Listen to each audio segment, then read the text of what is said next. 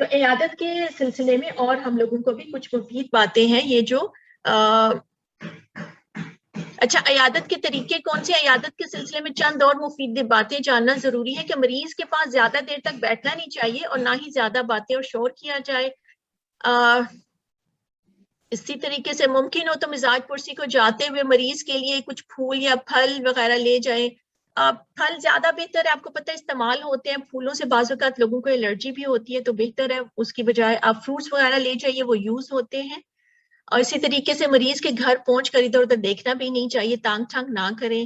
اچھا غیر مسلم مریض کی عیادت کو جانا بھی مسنون ہے. بیماری میں انسان کا دھیان دین کی طرف نسبتاً زیادہ ہوتا ہے تو ممکن ہے کہ اسے اس موقع پر دین حق کی دعوت دی جائے اور وہ اسے قبول کرے. تو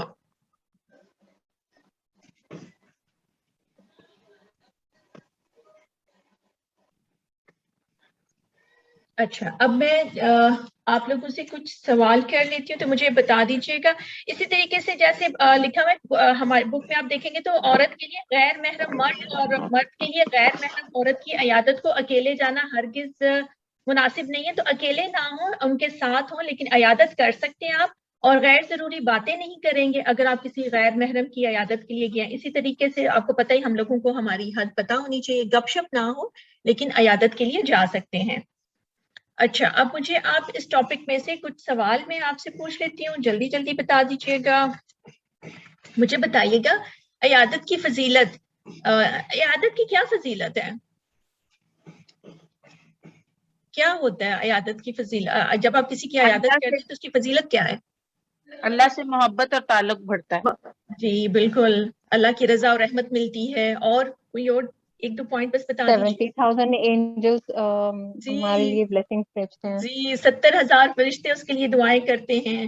اور کیا ہے، اس کے لیے جنت میں تر و تازہ اور پھکے ہوئے پھل ہیں، ہے نا؟ حدیث کا مفہوم آپ دیکھ رہے ہیں. اور اسی طریقے سے لوٹتے وقت تک جنت کے باغات میں میوہ خوری میں رہتا ہے. اس کے بعد آپ مجھے بتائیے کہ عیادت کے طریقے کون کون سے ہیں جو ہم لوگوں کو پتہ ہونے چاہیے؟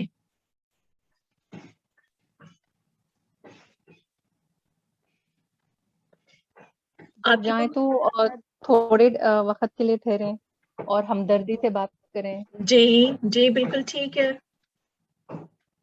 اگر ان کا کوئی کام ہے تو کام کر دیں، فائنینشیل سپورٹ ہے تو فائنینشیل سپورٹ کر دیں. بالکل ٹھیک ہے. اور جب آپ صبر کی لگے ہیں، ہاں تلقین جی دیں. ہاں صبر کی تلقین کریں، ہاں جی. دیں. اور جب آپ ان کے لیے ان کی تیمارداری کے لیے گئے ہیں تو آپ کا لہجہ نرم ہو، ہے نا، ہمدردانہ ہو، ان کے ساتھ اچھی سی باتیں کریے، مفید باتیں کریے، ان کی صحت یابی کے لیے دعا کریے. آپ کیا کر سکتے ہیں؟ مسنون دم کر سکتے ہیں ان کے اوپر. اور جیسے میں نے بتایا یات شفا کا کارڈ وہ لے جائیے، کچھ مطلب پھل وغیرہ لے کے جا سکتے ہیں. تو یہ ان باتوں کو آپ نے یاد رکھنا ہے، ٹھیک ہے جی، کیونکہ جب ہم عیادت کے لیے جائیں تو یہ چیزیں ہمارے ذہن میں ہونی چاہیے کہ ہم کیا کیا کر سکتے ہیں اور مسنون کیا ہے، یہ سب سے امپورٹنٹ ہے.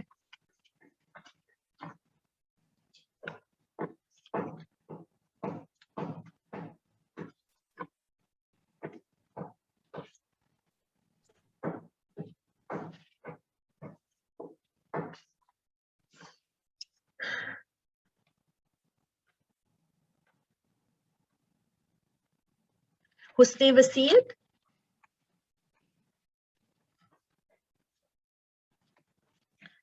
زندگی اور موت اسی وقت اللہ کی ہو سکتی ہے جب اس میں اللہ تعالیٰ کی اطاعت ہو. تو بیماری کے بعد جب انسان یہ سمجھے کہ اب میرا اس کو یہ اگر لگے کہ مطلب اس کا وقت آخری آ رہا ہے، اگر وہ وصیت کرنا چاہتا ہے تو وصیت کر سکتا ہے. اگر آپ نے دیکھا ہوگا بہت سے لوگوں کو موت ایک بہانہ لگتا ہے. تو موت کیا ہے؟ موت ہماری زندگی کی ایک اٹل حقیقت ہے. دنیا میں آنے سے پہلے ہی ہم سب کے جانے کا وقت لکھا جا چکا ہے. تو اصل بات یہ ہے کہ ہم میں سے ہر ایک نے اس کی تیاری کر کے رکھنی ہے. میری، آپ کی، ہم سب کی سیٹس ریزرو ہیں، بس اناؤنسمنٹ کی دیر ہے. اب اسی تیاری کا ایک حصہ وصیت کرنا ہے کہ انسان اپنی بلانگنگ کے بارے میں اپنے بعد کیا سوچتا ہے، کیا چاہتا ہے، اس کا فیصلہ کرے اور پھر اس کو لکھ دے. وصیت اللہ سبحانہ و تعالیٰ کی طرف سے ایک انعام ہے، ایک تحفہ ہے. وصیت کرنا یہ مستحب ہے. وصیت نہ کرنے پر پکڑ نہیں ہے، البتہ ایک ثواب سے محرومی ضرور ہے. اس لیے آپ سب اپنی زندگی میں وصیت کریں اور وصیت بھی اللہ کی رضا کے لیے لکھ کے رکھیں۔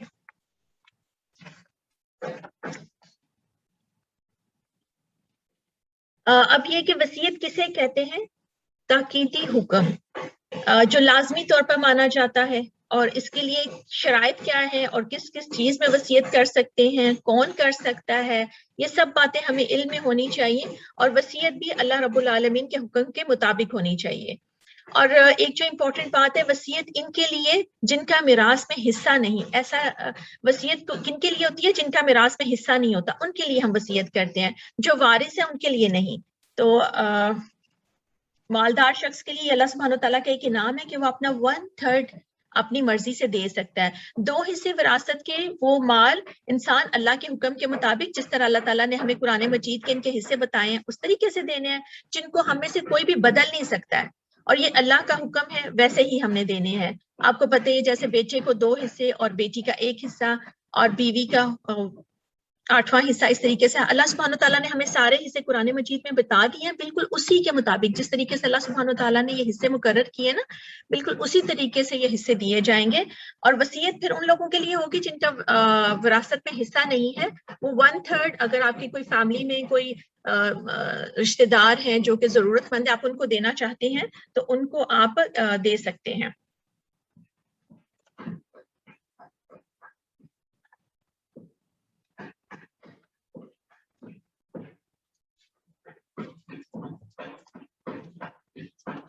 اور وراثت کی تقسیم سے پہلے نا وصیت پر عمل کیا جائے گا۔ جائز وصیت پر عمل کرنا لازم ہے، لیکن اگر وصیت ناجائز ہے تو پھر اس پر عمل نہیں کیا جائے گا۔ اس لیے اگر وصیت غلط ہے تو اس کو بدلا بھی جا سکتا ہے، کیونکہ اس کو پورا کرنے میں وصیت کرنے والے کی اطاعت تو ہوگی، لیکن اللہ تعالیٰ کی نافرمانی ہے، تو کوئی بھی کام اللہ کی نافرمانی کا نہیں کیا جائے گا، خصوصاً ایسا کام جس سے حقداروں پر ظلم ہو۔ اگر وصیت جائز ہے تو تبدیل نہیں کی جائے گی، لیکن اگر ناجائز ہے، اللہ کے احکامات کے منافی ہے، تو تبدیل کی جائے گی۔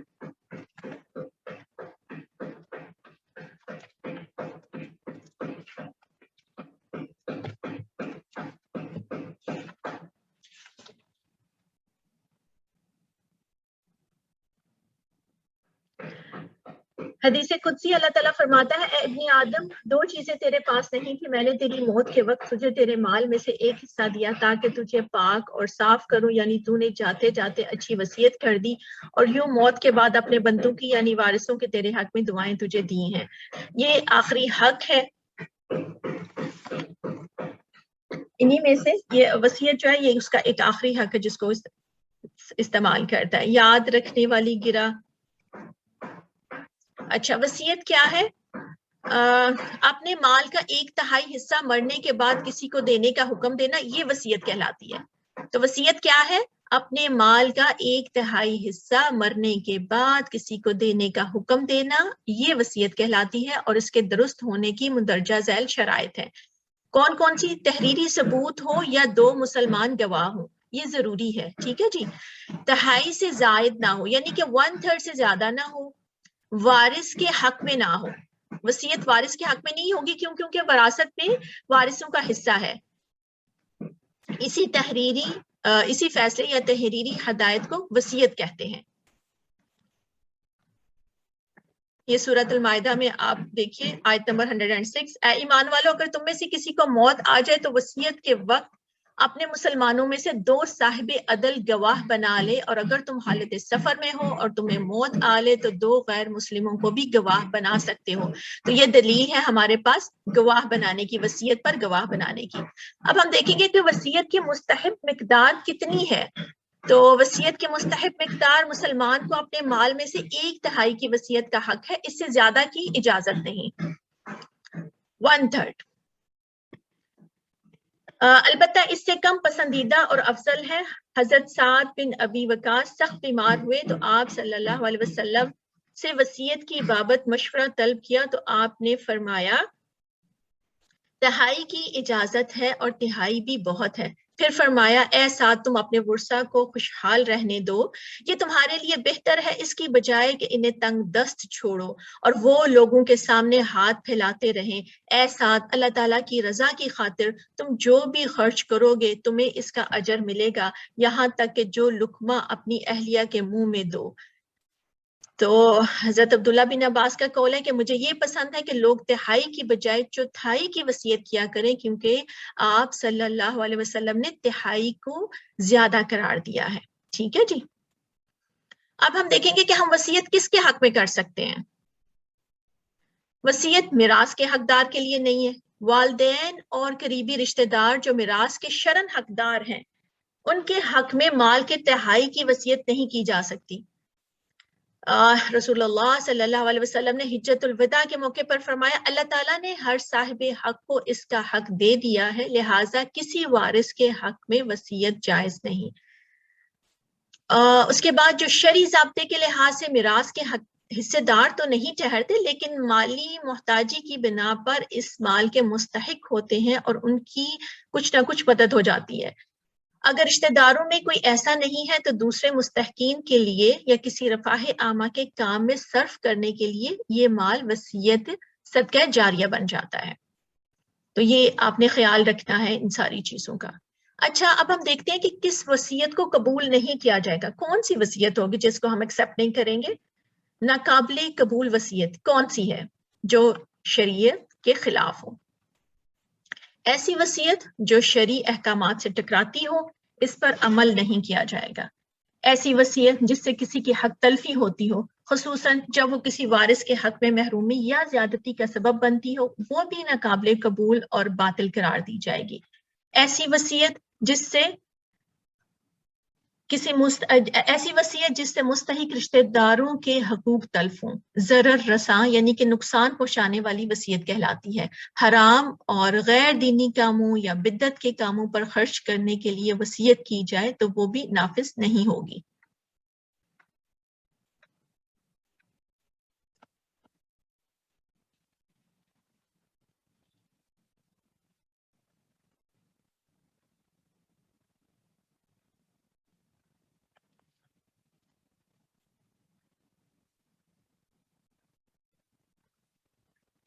اسی طریقے سے وصیت کی اقسام دیکھیں گے تو آپ اس کی 3 اقسام بتائی گئی ہیں۔ اگر وصیت ٹھیک نہیں ہوئی تو آپ یاد رکھیے گا کہ اگر تقسیم جو بھی ہماری مرنے کے بعد تقسیم ہے اگر وہ ٹھیک نہیں ہوگی تو ہماری ساری زندگی کی نیکیاں برباد ہو جائیں گی۔ حقوق العباد پر بہت سخت پکڑ ہے۔ اسی طریقے سے وصیت جو ہے نا وہ خود کرے گا مرنے سے پہلے، مرنے کے بعد کسی کو مجبور نہیں کیا جائے۔ مرنے کے بعد یعنی کہ یہ نہیں ہوگا کہ، اور نہ ہی کسی کو زندہ رہتے آپ کسی کو مجبور کریں گے، نہ ہی کسی کے مرنے کے بعد کہ نہیں یہ اس طریقے سے کرو اور اس طریقے سے۔ وصیت جو ہے وہ ہم اپنی زندگی میں ہی کریں گے، اور وصیت جو ہے وہ ہمارے لیے کوئی اور نہیں کر سکتا، ہم خود اپنے لیے کریں گے۔ اور اگر فرض کریے آپ نے وصیت نہیں کی تو آپ کا سارا مال یعنی کہ ترکہ جو ہے چھوڑا ہوا مال ہے، وہ سارا مال آپ کا ترکہ بن جائے گا، یعنی کہ چھوڑا ہوا مال جائے گا، وہ پھر وارثوں کو ملے گا۔ اگر آپ نے 1/3 کی وصیت نہیں کی تو وہ سب آپ کا وراثت میں جائے گا۔ اس لیے اپنی زندگی میں آپ وصیت کریں، کیونکہ اللہ سبحانہ تعالیٰ کا ایک انعام ہے، ایک گفٹ ہے، اس کو لیجئے۔ اس میں پکڑ نہیں ہے لیکن مستحب ہے۔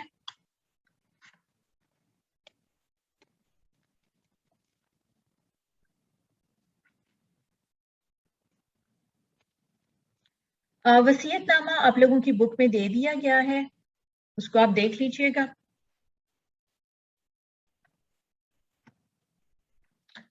یہ خیال بھی آ سکتا ہے کہ کیا وصیت لکھنے پر اس پر 2 گواہ ہونے ضروری ہیں؟ تو جی بالکل، وصیت پر 2 گواہ، اور اس کے آپ کو پیچھے ہم لوگوں نے سورۃ المائدہ کی 106 آیت دکھا دی ہے کہ یہ ضروری ہیں۔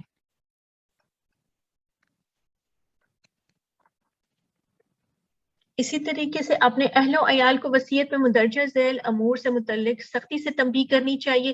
یہ پلیز ضرور بہت امپورٹنٹ چیزیں ہیں، یہ ضرور آپ کو پتہ ہونی چاہیے، اور اپنے بچوں کو، اپنے ہسبینڈ کو، اپنے بہن بھائیوں کو، اپنی فیملی والوں کو ضرور ان چیزوں کا بتائیے آپ کہ میری وفات پر واہ ویلا نہیں کرنا، چہرہ سینہ نہیں پیٹنا، بال نہیں نوچنا، اور نہ ہی کپڑے وغیرہ پھاڑ کر حیا باختہ ہونا ہے۔ میری جدائی کے غم میں منہ سے خلاف اسلام کوئی بات نہیں نکلنا، کوئی بات نہیں نکالنا. یہ نہیں کہنا ہمارے ساتھ یہ کیا ہو گیا, ایسا نہیں ہو سکتا, یہ کیا, اس طرح کی باتیں اپنے منہ سے نہیں نکالنا. آپ ہمیں چھوڑ کے نہیں جا سکتے, یا کوئی گیا تو مطلب یہ اس طرح کی نہیں, یہ کیا ہو گیا, ہم کیسے جئیں گے, کیا کریں گے, اس طرح کی باتیں نہیں کرنا. اگر کوئی بھی کر رہا ہے تو آپ اس کو بھی منع کریں گے. میرا غسل, کفن, جنازہ, نماز جنازہ, تدفین وغیرہ سب سنت کے مطابق ہو. میری قبر سادہ اور کچی رکھنا, اس پر سنگ مرمر وغیرہ کا استعمال نہ کرنا, اور نہ ہی مزار یا کوئی غیر اسلامی تعمیر کرنا. کوئی خلاف سنت کام ہوا تو میں اس سے بری ذمہ ہوں. میری وفات کے بعد لمبے سوگ اور تعزیتی رسومات اور بدعات سے اجتناب کرنا. یہ آپ اپنی فیملی کو بتا کے جائیں گے کہ میرے بعد کل 40واں 10واں اور میری برسی نہیں کی جائے گی. یہ سب بدعات ہے, اور آپ کو پتا ہے بدعات گمراہی ہیں اور ان کا ٹھکانہ جہنم ہے. تو اس لیے آپ نے یہ اپنی فیملی کو بتا کے جانا ہے. میرا کل ترکے میں سے وراثت کے علاوہ جو حصہ برائے وصیت ہے اسے فی سبیل اللہ خرچ کرنا. ایسے میوزیم جہاں بت یادگار کے طور پر رکھے ہوں ان پر, یا آرٹ گیلریوں اور غیر اسلامی ویلفیئر کے پروگراموں پر خرچ نہیں کرنا. یہ آپ ان کو بتا کے جائیں گے. تو یہ ان چیزوں کا آپ نے خیال رکھنا ہے. آپ کو پتہ ہے کہ صدقہ جاریہ کی چیزوں کون کون سی ہیں جو آپ کر سکتے ہیں, ان کا بھی آپ نے خیال رکھنا ہے. اپنے لیے خود صدقہ جاریہ کے بہترین کام کر کے جائیے, اپنے آثار اس دنیا میں بہترین چھوڑ کے جائیے. اور اپنی وصیت آپ لکھ کے جا سکتے ہیں, آپ کی بک پہ بھی ہے. اور ایک وصیت کہ میں کچھ آپ کو آپ کے سامنے پڑھ دیتی ہوں. اس میں سے جو بھی چیزیں آپ مناسب سمجھیں آپ اپنی وصیت میں ان پوائنٹس کو رکھ سکتے ہیں, جو بھی آپ کو لگے کہ یہ آپ اس میں سے کر سکتے ہیں. میرے مال سے میری تجہیز اور تکفین پر جائز خرچ کر دیا جائے. میری درخواست ہے کہ مجھے مسنون طریقے پر غسل دیا جائے. میرے مرنے کے بعد میرے چہرے کو کسی بھی نامحرم کے سامنے نہ کھولا جائے. آپ کو پتہ ہے ورنہ سب غیر محرم آ کے دیکھنے لگتے ہیں, تو یہ آپ نے ایک تلقین کر کے جانی ہے کہ غیر محرم آپ کے نہ آ کے دیکھیں. یہ نہیں کہ سب آپ کو آ کے دیکھ رہے ہیں, آپ کی فیملی کے بھی جو غیر محرم ہیں, تو یہ بھی آپ کہہ سکتے ہیں, اپنی ول میں لکھ سکتے ہیں. میری تکفین, میرا جنازہ, تدفین سب سنت کے مطابق ہو. میری وفات پر میت کی بخشش کی مسنون دعائیں پڑھی جائیں. میری میت کو میرے محرم رشتہ دار قبر میں اتاریں. میری قبر سادہ ہو اور کچا رکھنا ہے. اور میری ایک درخواست ہے کہ مجھے بخشش کی دعاؤں میں یاد رکھیں. میری اولاد مجھے اپنی دعاؤں میں یاد رکھے. میری وراثت کو شریعت کے قوانین کے مطابق جلد از جلد تقسیم کر دیا جائے. تقسیم کرنے سے پہلے یہ چیک کر لیں کہ میں اپنی زکوٰۃ اور قرضہ ادا کر چکی ہوں کہ نہیں. اگر زکوٰۃ ڈیو ہوگی تو, ورنہ نہیں. اور زکوٰۃ کی نا ڈیو ڈیٹ آپ لکھ سکتے ہیں. میں اپنے چھوڑے ہوئے مال میں سے 1/3 صدقہ جاریہ کے کاموں میں خرچ کرنے کی وصیت کرتی ہوں. میری کتابوں کو اور تفاسیر کو الہدیٰ میں کسی اسٹوڈنٹس کو دے دیا جائے. آپ کی مرضی ہے, اگر آپ کو لگتا ہے آپ کے بچے پڑھ سکتے ہیں تو آپ یہ کر سکتے ہیں. میرے بچوں کو جیسے اردو نہیں آتی ہے پڑھنی, تو مطلب اتنی نہیں آتی ہے, بس تھوڑی بہت ایک بڑے بیٹے کو, تو اس لیے مطلب آپ کی مرضی ہے. آپ چاہیں تو اپنے بچوں کے لیے کر سکتے ہیں. اگر آپ کو لگتا ہے کہ آپ کے بچے اس کا صحیح استعمال نہیں ہو سکے گا, جیسے ظاہر آپ کتنے نوٹس, آپ کتنی بکس ہوتی ہیں, تو پھر آپ یہ وصیت کر سکتے ہیں کہ آپ کی بکس کو اور تفاسیر کو جہاں پہ بھی آگے لوگ فائدہ اٹھائیں, جو آپ کے لیے صدقہ جاریہ بنے, اس کے لیے آپ یہ وصیت کر سکتے ہیں. میری تلاوت والا قرآن کسی کو پڑھنے کے لیے دے دیا جائے. میری تصاویر کو ضائع کر دیں. اور میرے اتنے روزے ابھی قضا کے رہتے ہیں, اگر ان کو پورا کر دیں تو میرے لیے باعث سکون ہوگا, ورنہ وارث فدیہ دے دیں. سب لوگوں سے درخواست ہے کہ میری غلطیوں سے درگزر کر کے مجھے معاف کر دیں.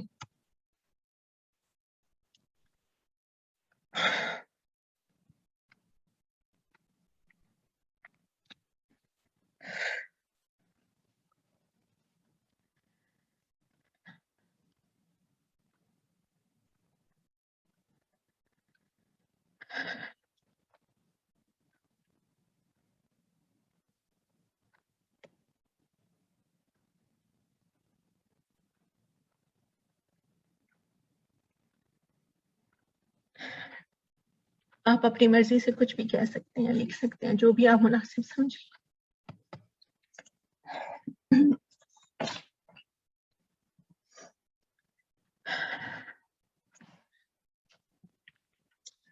روانگی کی یاد دہانی.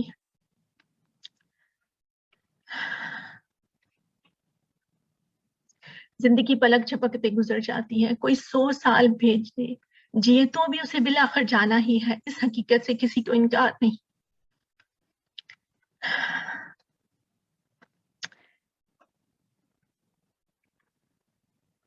آپ ان سے کہیے جس موت سے تم بھاگتے ہو وہ تو تمہیں آ کر رہے گی. پھر تم اس کے ہاں لٹائے جاؤ گے جو غائب اور حاضر کا جاننے والا ہے, اور وہ تمہیں بتا دے گا کہ تم کیا کچھ کرتے رہے ہو. اس کو تو سب پتہ ہے. ہم دوسروں کو صفائیاں دے سکتے ہیں, کسی کو کہہ بھی سکتے ہیں, بتا بھی سکتے ہیں, بس رب کریم کے سامنے کیا کہیں گے؟ کوئی صفائی دے نہیں سکتے.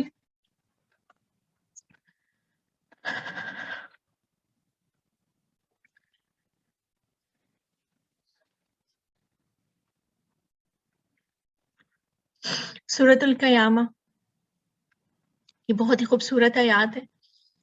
ہرگز نہیں جب روح ہنسلی تک پہنچے گی, یعنی کہ روح نکلنے لگے گی, اور کہا جائے گا ہے کوئی دم چھاڑ کرنے والا, اور وہ سمجھ گیا کہ یہ جدائی کا وقت ہے, اور پنڈلی سے پنڈلی جڑ جائے گی, تو اپنے رب کی طرف اس دن روانگی ہوگی. ہم میں سے ہر ایک کو کل نفس ذائقۃ الموت, ہر شخص کو موت کا مزہ چکھنا ہے.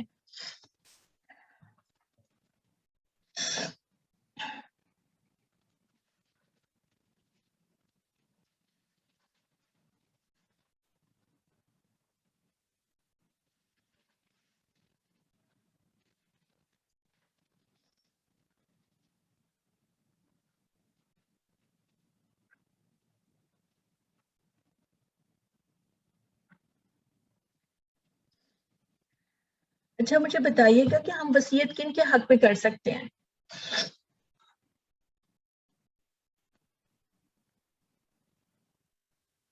قریبی رشتہ داروں کے بارے کے لیے جو وراثت میں آلریڈی جن کا حصہ نہیں ہے اور وہ مستحق ہیں. ٹھیک ہے. اور وصیت کی مستحب مقدار کتنی ہے؟ اس کی کتنی مقدار ہے مستحب جو ہے؟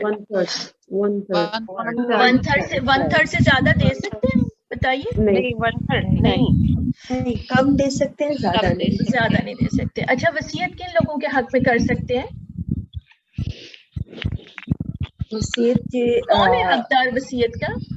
آپ اپنے حصے میں سے کن کو دے سکتے ہو؟ اپنے رشتہ داروں کو دے سکتے ہو, جو آپ اپنے رشتہ داروں کو دے سکتے ہیں جو کوئی ضرورت مند ہے آپ کی فیملی میں. جی جو وہ صدقہ جاریہ کے لیے بھی دے سکتے ہیں یا نہیں دے سکتے آپ؟ دے سکتے ہیں, صدقہ جاریہ کے لیے بھی. صفائے عامہ کے کاموں میں صدقہ جاریہ.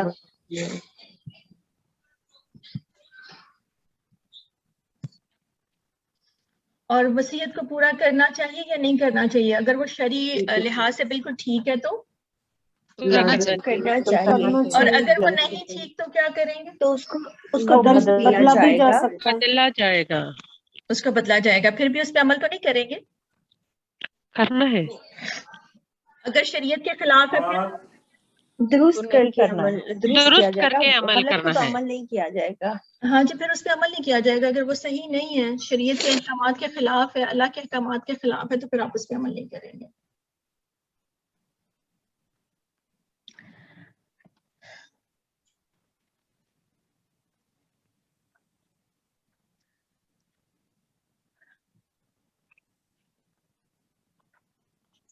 آخری کلام.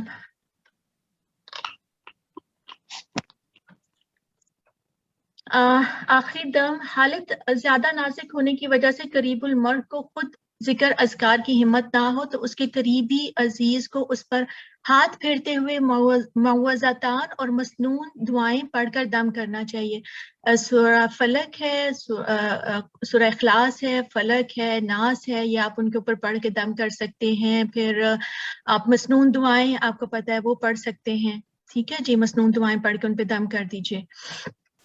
سیدہ عائشہ نے رسول اللہ صلی اللہ علیہ وسلم کی وفات سے پہلے انہیں اپنے سینے سے ٹیک دے رکھی تھی, اور معوذات یعنی کہ سورہ اخلاص ہے, فلک ہے, ناس ہے, اور رسول اللہ صلی اللہ علیہ وسلم سے حفظ کی ہوئی دعائیں پڑھ کر آپ پر دم کرتی جاتی تھی, اور برکت کی امید پہ آپ صلی اللہ علیہ وسلم ہی کا ہاتھ پکڑ کر آپ کے جسم اطہر یعنی کہ مبارک جسم پر پھیرتی جاتی تھی. یہ بخاری کی حدیث کا مفہوم ہے. آخری کلام ام المومنین سیدہ عائشہ رضی اللہ تعالیٰ عنہ فرماتی ہیں وفات کے وقت رسول اللہ صلی اللہ علیہ وسلم کے سامنے پانی کا ایک کٹورا رکھا تھا. آپ صلی اللہ علیہ وسلم اپنے دونوں ہاتھ پانی میں ڈالتے اور منہ پر پھیرتے اور فرماتے لا الہ الا اللہ ان للموت سکرات، اللہ کے سوا کوئی معبود نہیں، بے شک موت کے لیے سختیاں ہیں. یہ بخاری کی حدیث کا مفہوم ہے. آخر میں آپ صلی اللہ علیہ وسلم نے اپنا ہاتھ اٹھایا اور فرمایا اللہم اغفر لی وارحمنی والحقنی بالرفیق الاعلی، اے اللہ مجھے بخش دے، مجھ پر رحم فرما اور مجھے رفیق اعلیٰ اپنی بلند ذات سے ملا دے. یہ بخاری کی حدیث کا مفہوم ہے.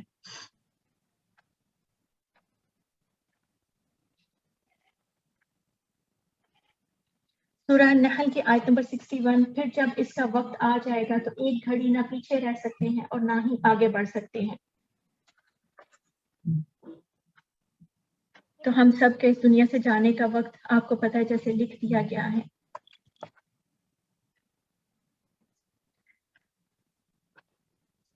موت کی آرزو اور توبہ.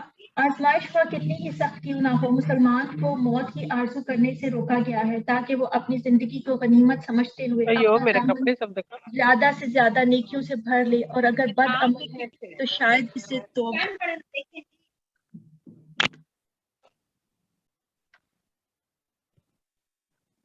تاکہ وہ اپنی زندگی کو غنیمت سمجھتے ہوئے اپنا دامن زیادہ سے زیادہ نیکیوں سے بھر لے، اور اگر بد عمل ہے تو شاید اسے توبہ کی توفیق مل جائے. اور اس طرح عمر کا اضافہ اس کے لیے خیر کا باعث ہو، کیونکہ موت عمل اور توبہ دونوں کا دروازہ بند کر دیتی ہے، جبکہ زندگی کیا کرتی ہے، انسان کو مزید نیکیاں کرنے کا موقع دیتی ہے. تم میں سے کوئی شخص کسی تکلیف یا مرض کی وجہ سے جو اسے پہنچتی ہے تنگ آ کر موت کی آرزو ہرگز نہ کرے. اگر اس نے ضرور ہی کرنی ہے تو یہ الفاظ کہے اے اللہ مجھے اس وقت تک زندہ رکھنا جب تک زندگی میرے لیے بہتر ہے، اور مجھے موت اس وقت دینا جب موت میرے لیے بہتر ہو. تو مجھے بتائیے کیا موت کی خواہش کر سکتے ہیں ہم؟ نہیں کر سکتے. کیوں نہیں کر سکتے ہم موت کی خواہش؟ یہ زندگی اللہ کی امانت ہے جی، اور یہ کہ جب زندہ ہے تو انسان کو نیکیاں کرنے کا موقع ملتا ہے نا، اور توبہ کرنے کا بھی موقع ملتا ہے. اگر زندگی ہے تو ہم اور نیکیاں کر سکتے ہیں، ہم توبہ کا دروازہ ہمارے لیے ہر وقت کھلے، ہم توبہ کر سکتے ہیں. تو اس لیے کبھی بھی ہمیں موت کی خواہش مطلب موت کی آرزو اس طریقے سے نہیں کرنی ہے. ہم میں سے سب کا آپ کو پتہ ہے یہ موت کا مقام بھی ہم سب کا لکھا گیا ہے. جس جس جگہ پہ موت آنی ہے اس وقت اس جگہ پہ پہنچ جاتے ہیں، اور ہم میں سے کوئی بھی نہیں جانتا کہ کس زمین میں اسے موت آئے گی. رسول اللہ صلی اللہ علیہ وسلم نے فرمایا جب اللہ تعالیٰ کسی بندے کو کسی خاص مقام پر فوت کرنے کا فیصلہ فرماتے ہیں تو اس کے لیے وہاں کوئی ضرورت پیدا کر دیتے ہیں.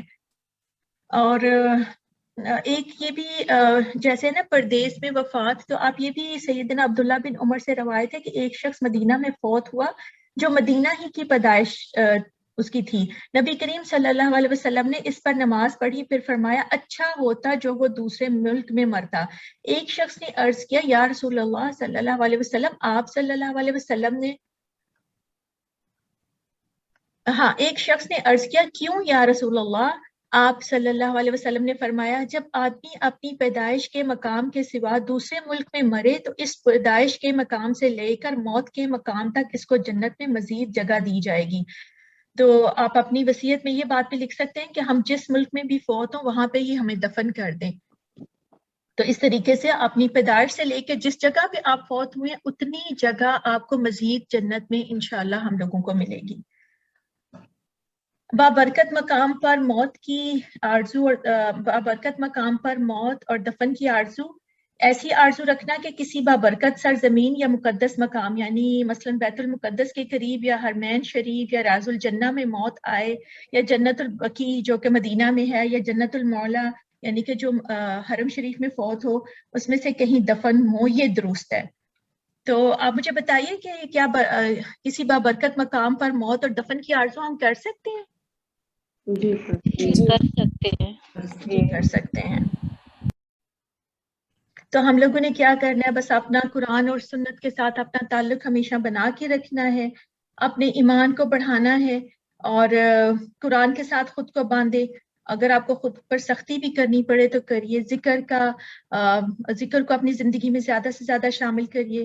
علم کا حلقہ، ذکر کی مجلس، ان کو اپنی زندگی میں شامل کریے. آپ صلی اللہ علیہ وسلم کا آخری کلام کیا تھا؟ سیدہ عائشہ فرماتی ہیں اللہ کے رسول صلی اللہ علیہ وسلم میرے سینے اور ٹھوڑی کے درمیان فوت ہوئے. بوقت وفات آپ صلی اللہ علیہ وسلم کی تکلیف دیکھنے کے بعد میں نے کبھی کسی کے بارے میں تکلیف کم ہونے کا تصور نہیں کیا. یہ بخاری کی حدیث کا مفہوم ہے. سیدہ عائشہ سے روایت ہے، انہوں نے فرمایا جب نبی کریم صلی اللہ علیہ وسلم کی وفات ہوئی تو اس وقت ان کی عمر مبارک 63 برس تھی. انا للہ و انا الیہ راجعون. اللہم صلی علی سیدنا و مولانا محمد وبارک وسلم. حسن خاتمہ. بے شک موت پر حق ہے، لیکن خوش نصیب ہے وہ جسے ایمان پر موت آئے. موت کی سختیوں پر صبر کرنا ایمان والوں کی نشانی ہے، تاکہ انہیں وہ آخری کامیابی بھی نصیب ہو جائے جو ایک مسلمان کے لیے زندگی بھر کے مشن کی ضامن بن جائے. خوف اور امید ایک ساتھ. مومن کی بے چینیوں میں بھی مومن کو خوف اور امید کی درمیانی کیفیت میں رہنا چاہیے. جب اس کے اوپر نزا کا وقت ہے، موت کا وقت ہے، اس کا قریب آ رہا ہے، تو اس وقت بھی اس کو خوف اور امید اس کیفیت میں رہنا چاہیے. یعنی اپنے گناہوں پر اللہ کے ڈر کا، اللہ تعالیٰ کی سزا کا ڈر، تو ساتھ ہی اپنے رب سے رحمت کی امید بھی رکھے.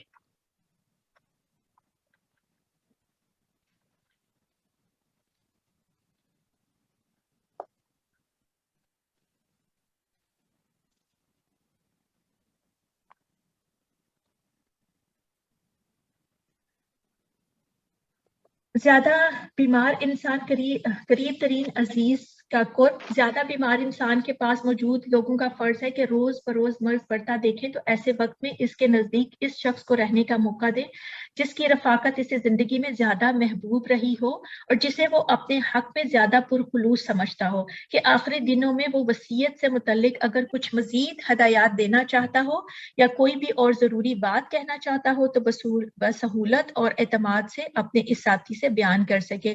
بعض اوقات آپ کو دیکھا ہوگا کہ بچوں میں سے یا بہن بھائیوں میں سے کوئی آپ کے زیادہ قریب ہوتا ہے تو جن کے ساتھ آپ اپنے دل کی بات کر سکتے ہیں، تو ان کو آپ اپنی جو بھی کچھ بات کرنا چاہیں وہ کر سکتے ہیں. اگر وصیت سے متعلق کوئی بات کرنا چاہتے ہیں تو وہ بھی آپ کہہ سکتے ہیں. تو آپ مجھے بتائیے کہ جو اگر فرض کریے قریب المرگ شخص ہے، اس کے پاس موجود لوگوں کی کیا ذمہ داری بنتی ہے، پھر ان کو کیا کرنا چاہیے؟ یہاں سے ہمیں کیا پتہ چل رہا ہے؟ ان کے بدن، ان کو ہاتھ پھیر کے معوذتین پڑھنا ہے اور دعائیں پڑھنی ہے. جی یہاں پہ دیکھیے جی، یہ جو ابھی ہم لوگوں نے ابھی پڑھا نا کہ اس کے پاس قریب المرگ کے پاس اس کا پسندیدہ اگر رشتہ دار ہے، ساتھی موجود رہے، تو تاکہ وہ کیا ہوتا ہے کہ آخری دنوں میں اگر اس کو وصیت سے متعلق اگر اس نے کچھ انسٹرکشن دینی ہے تو وہ اعتماد کے ساتھ دے سکے، وہ بتا سکے. تو جو آپ کے پاس موجود لوگ ہیں وہ کیا کریں گے، ان کی کیا ذمہ داری ہے کہ جو اگر کوئی اس کا کوئی قریب، اس کے دل کے قریب ہے، کوئی فیملی میں سے جو بھی بندہ ہے وہ اس کے پاس موجود رہے. یہ ہم کوشش کریں گے. اگر کوئی مطلب کسی کی بالکل قریب المرگ ہے، اس کی حالت اس طرح کی ہے، تو قریب المرگ کے پاس اس کا جو پسندیدہ رشتہ دار ہے، ساتھی ہے، وہ موجود رہے، اور آخری دنوں میں اگر وہ وصیت سے متعلق کچھ ہدایت دے تو وہ اس کو اعتماد سے بتا سکے. اس کے علاوہ استغفار اور کلمہ پڑھنے کی اسے تلقین کرے، اور اگر فرض کریے اس کو وصیت سے متعلق نا یاد دہانی بھی کرا سکتا ہے کہ اگر تم نے نہیں کی، کرنا چاہتے ہو تو کر دو. پھر وہی جیسے معوذات اور مسنون دعائیں یہ پڑھ کر ہم مریض کے اوپر دم کر سکتے ہیں. اور کیا کر سکتے ہیں؟ مریض کی آسان موت اور اس کے آسان حساب کے لیے دعا کر سکتے ہیں. اور کیا کر سکتے ہیں؟ سوچئے. ایک اور بات کا بہت خیال رکھیے گا کہ جب اگر فرض کریے آپ اس کے کسی قریب المرگ کے قریب ہیں تو اس کی اگر نماز کا وقت ہو گیا ہے تو آپ اس کو نماز یاد کرا دیجئے اور اس کو نماز ادا کروانے میں اس کی مدد کریں. اس کے پاس شور اور ہنگامے سے پرہیز کریں. مریض ہے، وہ بیمار ہے، قرآن کی تلاوت لگا دیں. اور آپ خود بھی مطلب اونچی آواز میں کلمہ پڑھ سکتے ہیں، کلمہ پڑھیے.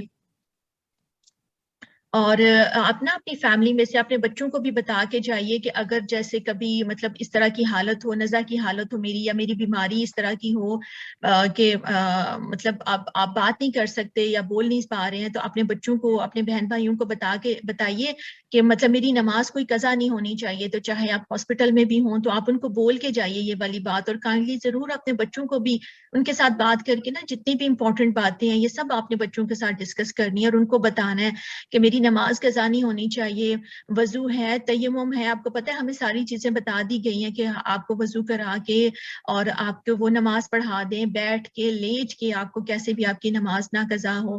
آپ اپنی بہن کو بتا سکتے ہیں کہ مطلب جیسے ہم لوگوں نے بھی ایک دوسرے کو بتایا ہے کہ اچھا بیمار بھی ہوں تو یاد کرانا ہے، نماز ایک قضا نہیں ہونی چاہیے. تو اس طریقے سے آپ ایک خیر خواہی کرنی ہے اور ان باتوں کا خیال رکھنا ہے. میرے کلاس چل رہی ہے. اور ان کے پاس نا شور اور ہنگامہ نہیں کرنا. مطلب بچوں کو یہ نہ کریں کہ مطلب ان کا یہ والا ایک آخری وقت ان کا چل رہا ہے اور آپ ان کے پاس بچوں کو لے کے جا رہے ہیں اور ان کو ملا رہے ہیں اور اس طریقے سے.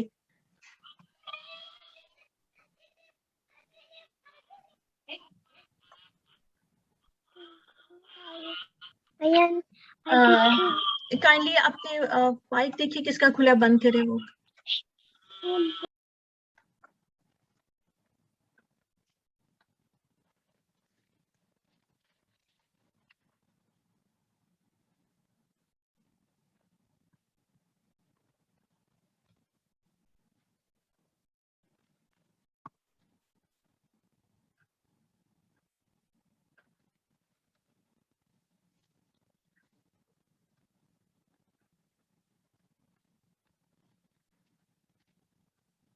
اور بخاری کی یہ حدیث کا مفہوم ہے، یہ دعا آپ کی بک میں لکھی گئی ہے، اس کو آپ یاد کر لیجیے گا. اللہم رفیق الاعلی، یا اللہ بلند رفیقوں میں رکھنا. یہ والی دعا آپ ان کو پڑھائیے اور خود بھی پڑھیے اونچی آواز سے، اور امید ہے کہ وہ بھی آپ کی آواز سن کے تو پڑھ لیں گے. آخری دعائیں، آخری وقت میں نبی کریم صلی اللہ علیہ وسلم کی دعائیں کون سی تھیں، یہ سب ہم سب کو یہ والی دعائیں سیکھنی چاہیے، یاد کرنی چاہیے. اور اگر کوئی مرنے کے قریب ہے تو آپ یہ دعائیں اس کے پاس پڑھ سکتے ہیں. آپ دیکھیں گے تو آپ کی بک کے اندر یہ والی دعائیں لکھی گئی ہیں نا. سیدہ عائشہ رضی اللہ تعالیٰ عنہ فرماتی ہیں کہ رسول اللہ صلی اللہ علیہ وسلم یہ کلمات کثرت سے پڑھا کرتے تھے، سبحان اللہ و بحمدہ، استغفر اللہ و اتوب الیہ. اسی طریقے سے آخری عبادت، قریب المرگ، زندگی کی آخری گھڑیوں میں اللہ تعالیٰ کی عبادت، مثلا نماز ادا کرنا چاہتا ہے تو اس کو وضو کرانے میں یا پہلو کے بل کروٹ دلانے میں، یا اگر وہ اٹھ کر نماز پڑھنے کی ہمت پاتا ہے تو آپ کو اس کو اٹھنے میں اس کی مدد کرنی چاہیے، اس کو فیسیلیٹیٹ کریں، اس کی ہیلپ کریے.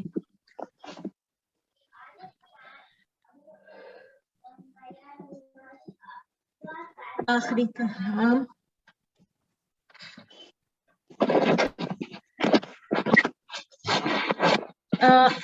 جی دیکھ لیجیے گا کہ آئی تھنک مائک جی بند ہے. جزاک اللہ خیر. اچھا مجھے بتائیے گا کہ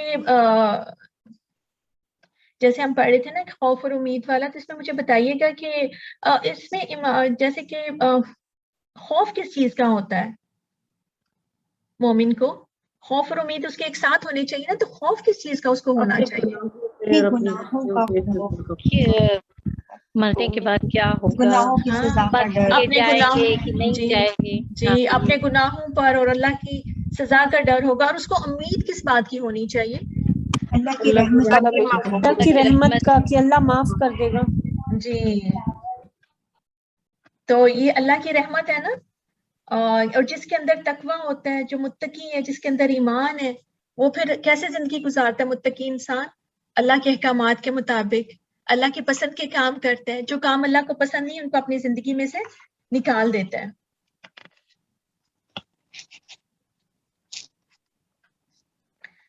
اگر آپ دیکھیں گے تو بسا اوقات جان کنی کی تکلیف کسی انسان پر بہت طویل ہو جاتی ہے. اس موقع پر نہ صرف قریب المرگ خود کرب اور بے چینی سے دو چار نظر آتا ہے، بلکہ اس کے ساتھ ہی ساتھ اس کے عزیز و اقارب بھی اس کی یہ حالت دیکھ کر اذیت اور بے بسی محسوس کرتے ہیں. تو ایسی صورت میں کیا کرنا چاہیے؟ آسان موت کے لیے دعا کون کون سی دعائیں؟ ربی یسر ولا تعسر وتمم، ولا ربی یسر ولا تعسر، اے پروردگار آسانی کر دے اور مشکل سے نکال دے. اور اگر والدین میں سے کوئی اس حالت میں ہے تو بھی تو پھر یہ بھی ساتھ کہا جائے رب ارحمہما کما ربیانی صغیرا. اور یہ بھی آپ کر سکتے ہیں، آپ دیکھیے آپ کی بک کے اندر آپ دیکھیں گے تو لکھی ہوئی ہے نا، ان دعاؤں کو اپنی زندگی میں بھی شامل کریے. اللہم انی اسألک من فضلک، اسی طریقے سے اللہم اعنی علی غمرات الموت و سکرات الموت، اے اللہ موت کی سختیوں اور بے ہوشیوں پر میری مدد فرمائیے. تو یہ آپ ان کے پاس پڑھ سکتے ہیں اور ان کو پڑھا بھی سکتے ہیں.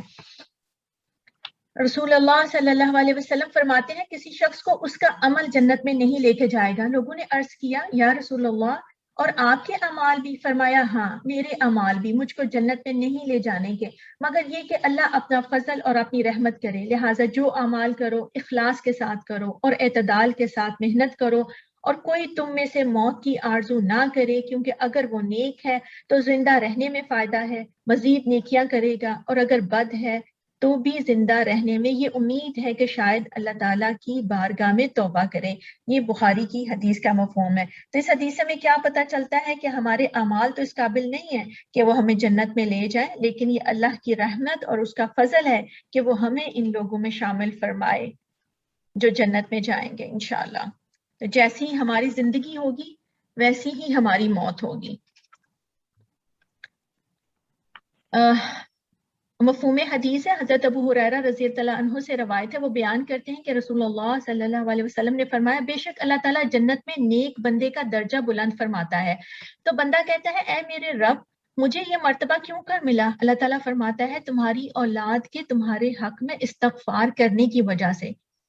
تو والدین کی مغفرت کی کوئی بھی دعا مخصوص نہیں ہے، آپ کوئی سی بھی دعا کر سکتے ہیں، جیسے رب اغفر لی ولوالدی وللمؤمنین، پھر اس کے بعد اللہم اغفر لہ، یہ کر سکتے ہیں.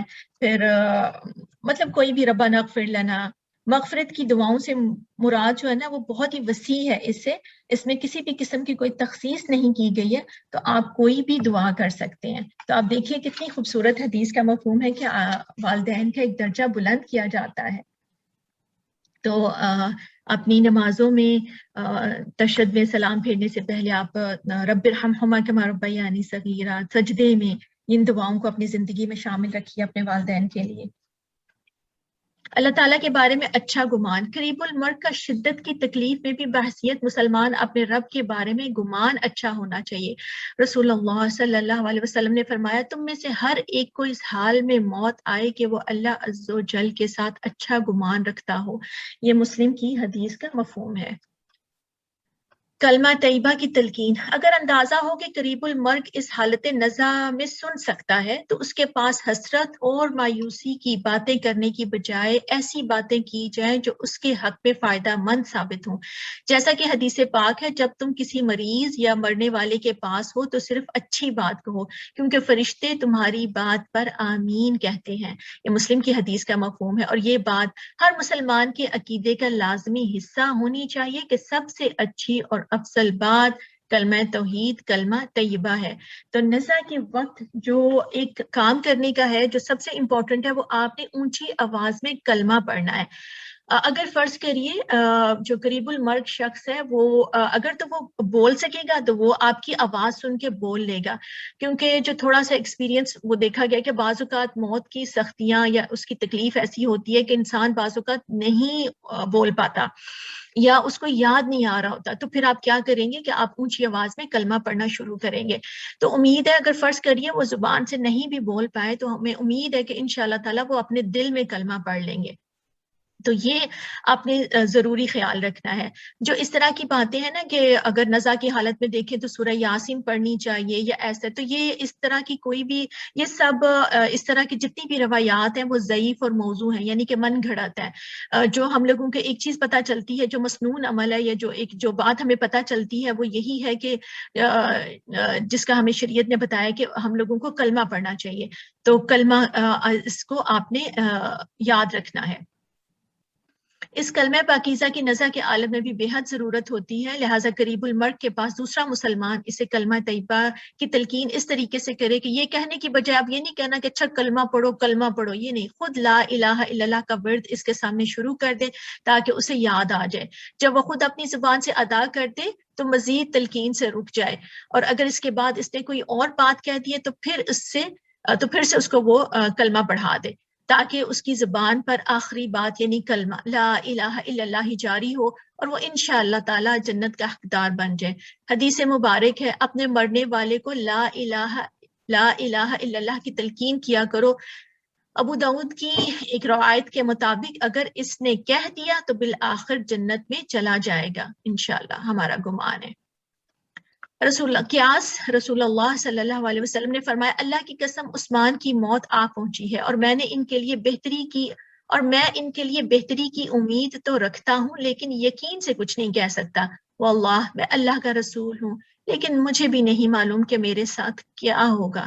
یہ بخاری کی حدیث کا مفہوم ہے. اسی لیے بعض اوقات مرتے ہوئے شخص کو حالت نزع میں دیکھ کر اس کے جنتی یا جہنمی ہونے پر قیاس کر لیا جاتا ہے، تو یہ سراسر غلط طرز عمل ہے. جان کنی ایک برحق ہے اور یہ سختی کسی نہ کسی حد تک ہر ایک پر طاری ہوتی ہے.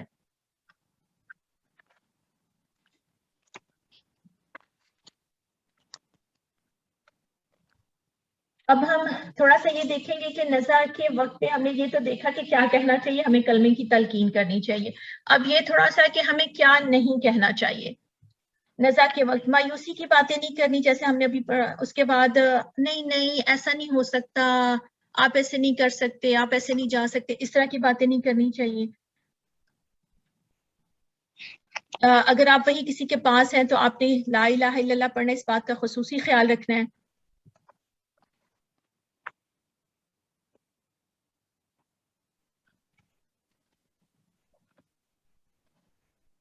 نبی کریم صلی اللہ علیہ وسلم نے فرمایا میں ایک ایسا کلمہ جانتا ہوں جو شخص اپنی موت کے وقت کہہ لے تو اس کے نامہ اعمال میں نور ہوگا اور موت کے وقت راحت کا سبب ہوگا، اور دوسری روایت میں ہے کہ آسانی سے جان نکلنے کا سبب ہوگا. تو اس سے ہمیں کیا پتہ چلتا ہے کہ مریض یا مرنے والا خود کہے، لیکن اگر وہ نہیں کہہ رہا تو جو دوسرے اس کے پاس ہیں وہ خود اس کو آہستہ آہستہ پڑھنے کی تلقین کر سکتے ہیں، لیکن پیچھے نہ پڑ جائیے گا.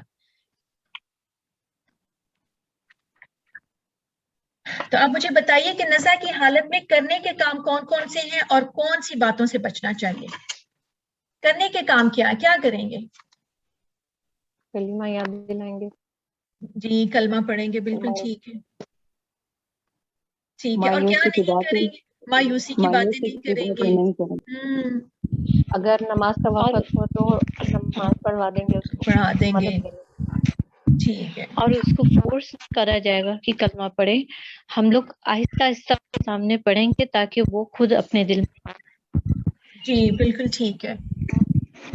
گواہی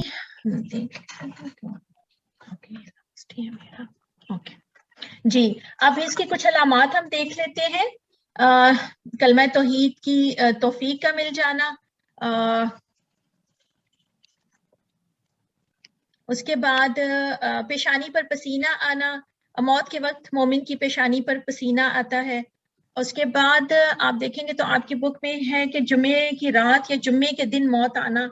تو یہ والی جو حدیث ہے نا، اس کے بارے میں امام ترمذی رحمہ اللہ فرماتے ہیں کہ یہ حدیث غریب ہے اور اس کی سند جو ہے نا وہ متصل نہیں.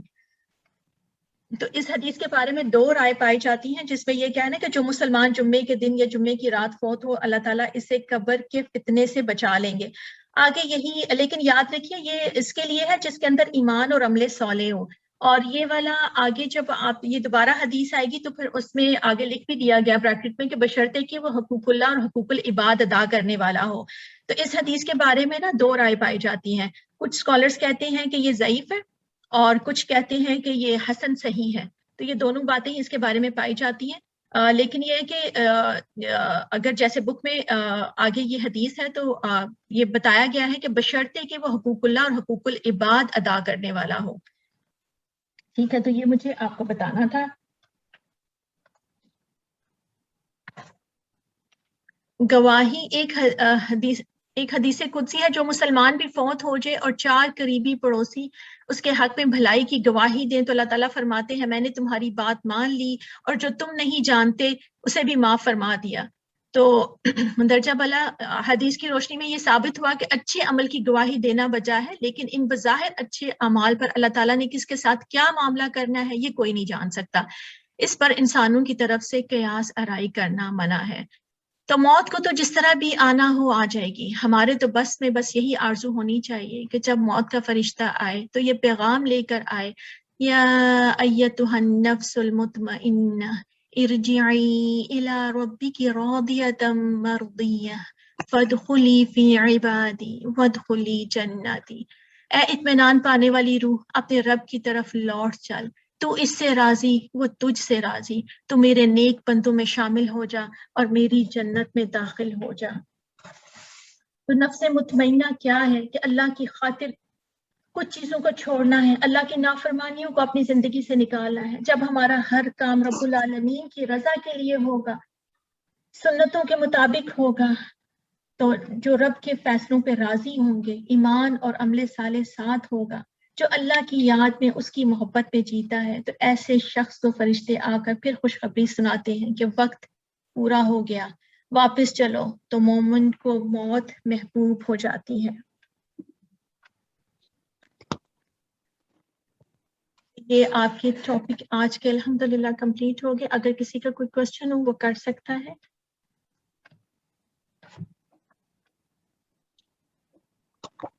جی وصیت سے متعلق اگر کوئی بھی کسی کا ہے، یا الحمدللہ سب آپ کا کلیئر ہے؟ جی آپ نے کون سی حدیث کے بارے میں کہا تھا کہ احسن ہے یا ضعیف ہے؟ جی یہ جو حدیث آپ کی بک میں ہے نا کہ جو جمعے کے دن یا جمعرات کی رات کو فوت ہو جائے، جی ٹھیک ہے. وہ جی یہ ہے کہ جو مسلمان جمعے کے دن یا جمعے کی رات فوت ہو، اللہ تعالیٰ اسے قبر کے فتنے سے بچا لیں گے. یہ والی حدیث. تو اگر آپ اپنی زندگی میں اپنے بچوں کو کچھ دیں گے تو اس کو ہبہ کرنا کہتے ہیں، یعنی کہ گفٹ کرنا. وہ پھر آپ برابری کی بنیاد پہ دیں گے. اپنے بچوں کو جتنا بیٹوں کو دیں گے اتنا ہی بیٹی کو بھی دیں گے. لیکن اگر ہمارے جانے کے بعد وراثت تقسیم ہوگی تو پھر آپ کو پتہ ہے وہ شریعت کے مطابق پھر تقسیم کی جائے گی. بیٹے کو 2 حصہ اور بیٹی کو 1 حصہ. لیکن اگر آپ زندگی میں اپنی میں دیں گے تو پھر اگر فرض کریے آپ اپنی جائیداد کو تقسیم کرنا چاہتے ہیں تو پھر آپ اس کو ہبہ کرنا کہتے ہیں، یعنی کہ گفٹ کی طرح. تو وہ بچوں کو اپنے برابر دینا ہے. اس میں آپ یہ نہیں کر سکتے. ہاں اگر کسی بچے کو فرض کریے ضرورت ہے، آپ سمجھتے ہیں کہ اس کو زیادہ ضرورت ہے، فائنینشلی اس کی کنڈیشن کچھ ایسی ہے، تو پھر آپ کچھ اس کو دے سکتے ہیں. جی تو آئی ہوپ کہ سب کا کانسیپٹ کلیئر ہے. اگر آپ کا کچھ بھی کوشچن ہو تو آپ مجھ سے بعد میں بھی کر سکتے ہیں.